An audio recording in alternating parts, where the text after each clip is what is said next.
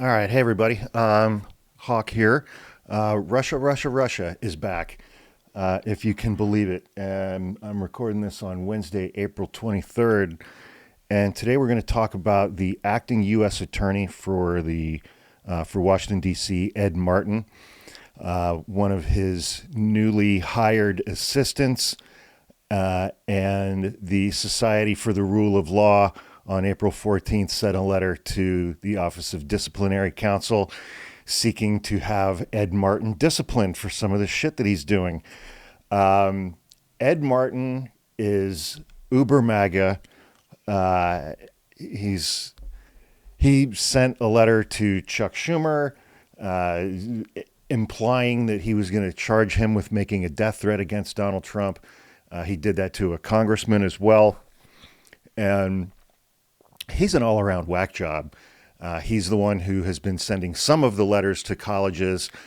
He sent letters to medical researchers implying that they broke the law during COVID or something along those lines. He's just a lunatic.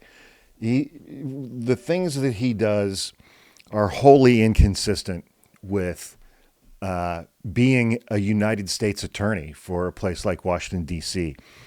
And so earlier this week, he sent a letter to a guy named Aaron Zelinski, no relation to the president of Ukraine.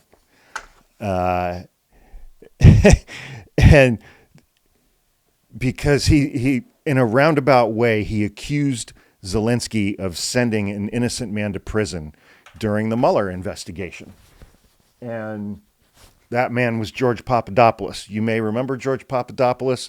He was the one that kind of kicked off the whole thing. He had been somewhere overseas, and somebody told him that he had access to emails for Hillary Clinton on a server somewhere, something like that, and Russia was involved.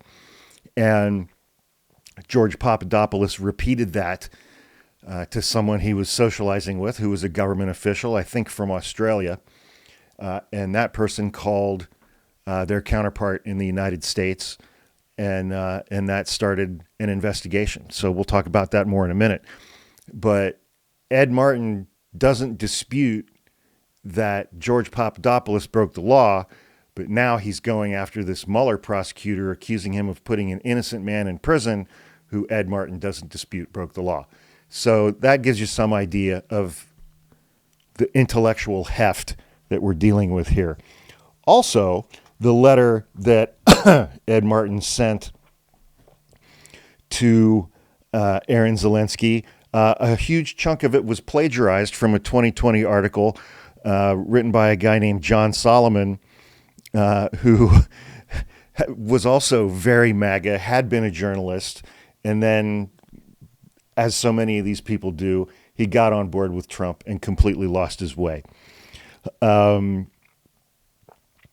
And Martin's latest effort, a letter alleging misconduct by Mr. Zelinski, appears to lift language directly from an article that appeared 5 years ago in a conservative news outlet, and comes after Martin hired a press aide who has had a very public vendetta against the Mueller team members who investigated him.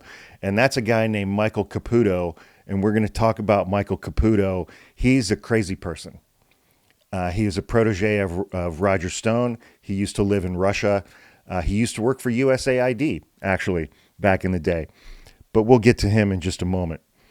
On Monday, Martin wrote to Aaron Zelinski, a former federal prosecutor who, as part of Mueller's team, won convictions of political operative Roger Stone for lying to Congress about his role with Russian hackers and Democratic emails, and of former campaign aide George Papadopoulos for lying to the FBI about his Russian contacts. Donald Trump pardoned both of those men in 2020. And I'm reading from some reporting from Mother Jones. They have a great write-up on this. In the April 14th letter, Martin asserts that Zelinski, while prosecuting Papadopoulos, made false statements that helped send an innocent man to jail in an attempt to advance the false narrative that the campaign of a serving president had colluded with Russia to win the presidency. So it's like, I mean, Donald Trump is never going to let this go. He is never, ever, ever, ever going to let this go.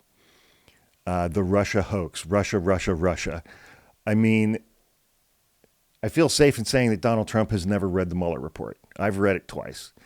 It's a great read. It takes a while. You can just, I'll put the two. So the Mueller report is 2 volumes. One volume, the first volume is about obstruction of justice. The second volume is all about the Russia stuff. And each one of them comes with like a 10 or 12 page like synopsis of the whole report at the beginning. So I'll put links to both of those in the show notes because it's a lot easier to read those than it is, the other, whatever it is, 800 pages. And it's like, especially now when you go back, whatever it's been, 8 years later, and read all of this stuff, or 6 years later, and read those things, you're just like, what the hell, man? Just like, what the hell? Yeah, it's just crazy. And here's another thing that Ed Martin does. It's like he writes a letter like this, and then he leaks a copy of that letter to a bunch of right-wing, conservative, quote-unquote, publications like the New York Sun, Breitbart, One American News. And so, and of course, so both Roger Stone and Michael Caputo have called for the investigators to be investigated. And Ed Martin, acting U.S. Attorney for Washington, D.C., just hired Michael Caputo to work very closely with him in his office. This guy who's had a vendetta against Mueller and the Mueller investigation for years. So there's all kinds of, I can't think of a better word than just shenanigans. This stuff is just stupid. It's just stupid. Prosecutor Zelinski was part of a team of Mueller investigators who investigated Michael Caputo and Roger Stone's contacts with Russia in 2016 when both were aiding the Trump campaign. Caputo was never prosecuted, but he claimed that destroyed his life, and he's been angry, aggrieved, and resentful ever since. Roger Stone was prosecuted and was convicted of crimes and was going to be sentenced to a very long term in prison. Until then, U.S. Attorney General Bill Barr intervened and asked the court to give Roger Stone a much lesser sentence, and then Donald Trump pardoned him. But after all of that happened, Roger Stone was recorded on tape by a former New York City police officer that he wanted to abduct and punish this prosecutor, Zelinski. Caputo was again involved in Russian maneuvers after he hosted a January 2020 film aired by One American News titled The Ukraine Hoax, Impeachment, Biden Cash, and Mass Murder.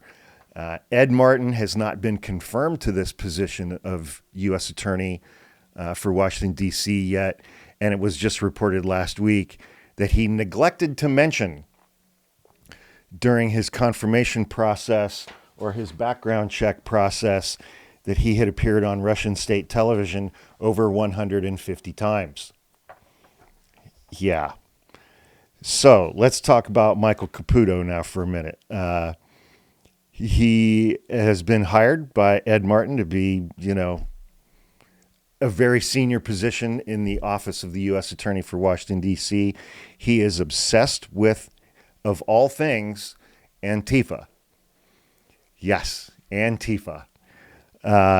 He keeps posting that, I guess he lives in Florida now. He posts pictures of wildlife from Florida. He's like, there's a Florida panther in my neighborhood. Antifa may come again, but this time they won't hide. He posted that like 3 weeks ago. The day before, he posted a photo of a black bear with a similar message. The day before that, he posted an image of an alligator, then said that Antifa would soon meet their end in the creature's jaws. He's really, really, really obsessed with Antifa. And just within the past week, since he was hired by Ed Martin, He issued ominous warnings to a Democratic strategist who criticized Ed Martin, and he mocked another woman with an OnlyFans page and called her fat. So he's a real peach. He did a whole bunch of other things that led to Deputy Attorney General Todd Blanche, who represented Donald Trump in his criminal trial a year ago, where Donald Trump was convicted of 34 felonies. Deputy Attorney General Todd Blanche sent out a letter to all agency staff saying, ease up on the social media posts. To which Michael Caputo posted another post, another image of a Florida gator that he said, this Florida gator, his name is Victor, and it's always lunchtime for Victor. And he apparently, so there was an incident. He had lived up in upstate New York, and somebody drove by his house one time and yelled obscenities like, I don't know, fuck you, Michael Caputo. And so he and his wife called the police, said that they'd been attacked by Antifa, and they moved, apparently, to Florida. He's like, I don't reveal where I live now, but he keeps posting things like, this Florida panther in my yard is going to eat Antifa. This Florida gator in my yard is going to eat Antifa. This Florida black bear in my yard is going to eat Antifa. So I'm assuming that he now lives in Florida.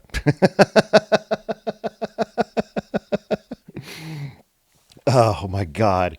He's like, I don't tell people where I live anymore. After the attacks on my family, somebody driving by and screaming, fuck you, Michael Caputo.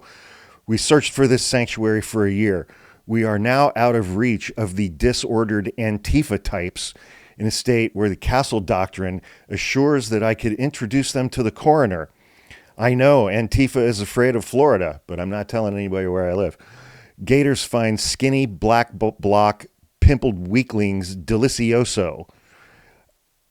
And then he starts talking about Victor the crocodile then again.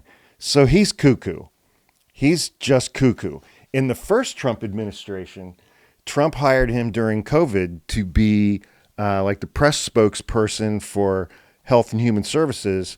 And he tried to intervene in all of the reporting that Health and Human Services was doing as far as like number of COVID cases, number of COVID deaths.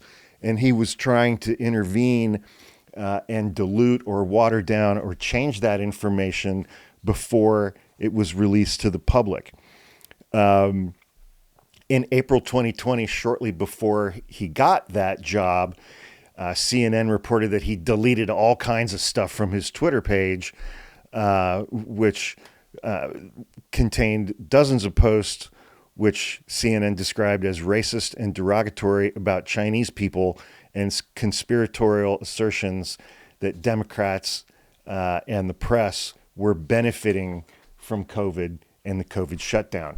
All right, that brings us to our closer, the Society for the Rule of Law in Washington, D.C., which was founded and is run by George Conway, former husband of former Trump press secretary, campaign manager Kellyanne Conway, and her alternative facts.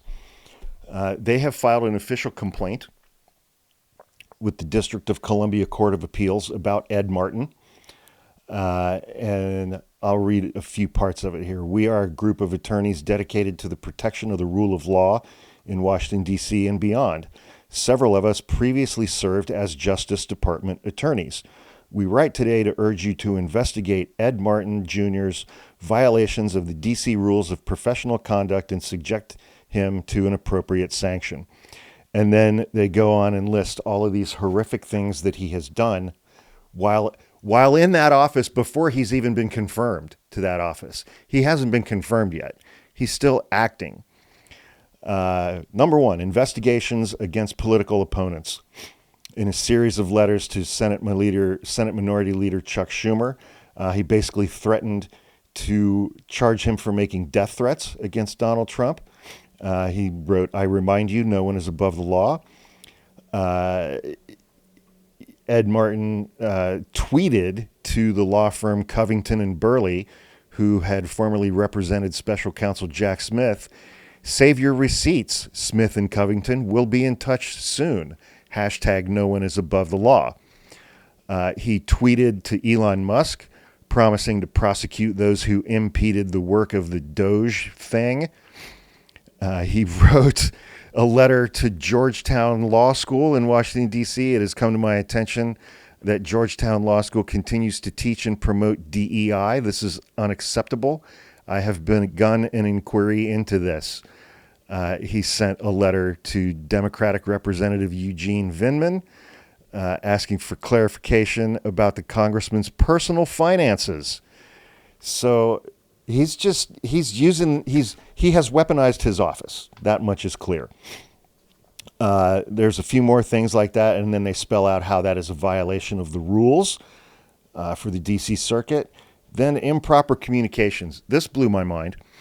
Before and after his appointment as interim U.S. attorney, Mr. Martin maintained a close relationship with at least one defendant accused in attacking the Capitol, William Pope, who was charged with, among other things, civil disorder in violation of 18 U.S.C. 231, obstruction of an official proceeding, etc.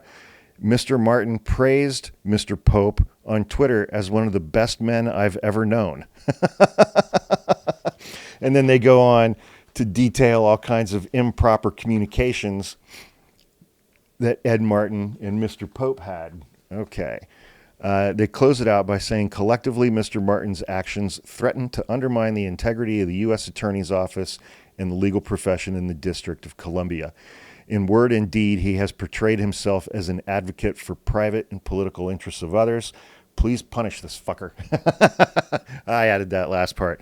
But it's signed by like 13 or 14 people, almost all of whom are former DOJ January 6 prosecutors. One, Barbara Comstock, former congresswoman from Virginia. It's signed by George Conway. It's also signed by J. Michael Luttig, former judge, United States Court of Appeals for the Fourth Circuit. Michael Luttig is a Reagan conservative judge, was almost put on the Supreme Court by George W. Bush, maybe even H.W. Bush. So we have a serious problem in Washington, D.C. with the acting U.S. Attorney, Ed Martin. He's a hack. He's a whack job. He's a MAGA henchman. He is a bad person. And I hope whether or not he gets confirmed to the position is no guarantee at this point. Because I think Republicans in the Senate are just as aware that if they do something that Donald Trump doesn't like, Ed Martin might come after them too. And so we'll see if he gets confirmed. Donald Trump can leave him in as acting U.S. attorney, I think for 6 months, something like that. I need to go back and review the appointments clause. But he's fucking crazy, man. And he's dangerous, and he is vindictive, and he is seeking retribution against Donald Trump's enemies on behalf of Donald Trump, and he is using the Department of Justice to do that. And that is wrong, and that is kind of shit that has to stop. If you enjoyed this video, please subscribe to my page. It's free. Please click like. Please leave a comment. I probably should have said that about 90 seconds in because, we're at 19 minutes. And I mean, who's even still watching this at 19 minutes? Anyway, thank you. See you soon.